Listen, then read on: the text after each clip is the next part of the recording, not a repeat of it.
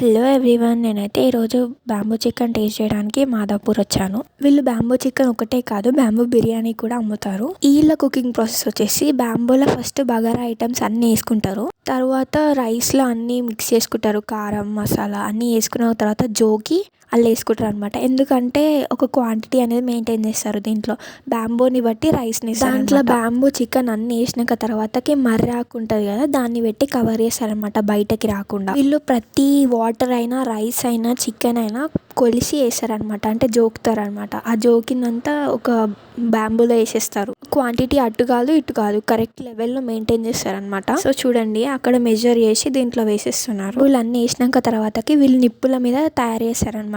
I mean cook చేస్తారు. చూడొచ్చు ఎట్లా ఉడుకుతుందని. ఓయమ్మ, మొత్తం బయట వంగుతుంది. చికెన్ పీసాలు ఉన్నాయి.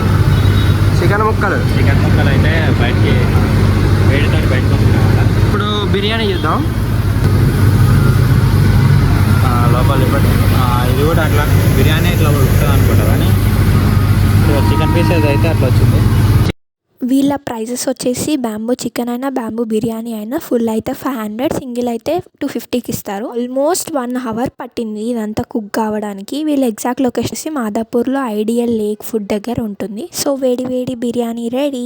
డైరెక్ట్ పట్టుకుంటే కాలుతుంది కదా, క్లాత్ పట్టుకొని అయితే తీసుకొని వచ్చిండు. సో చూడండి, 2 members తినొచ్చు ఆ క్వాంటిటీ ఆఫ్ ఫుడ్ అయితే. మేమైతే బ్యాంబూ బిర్యానీ తీసుకున్నాము. ఆ స్మెల్ వస్తుంది భయ, గిన్నెలు వేస్తుంటే ఏమన్నా ఉందా అసలు.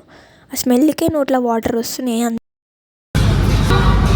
పేరు చూస్తారుగా, చికెన్ మంచిగా అయితే టేస్ట్ కూడా చాలా బాగుంది.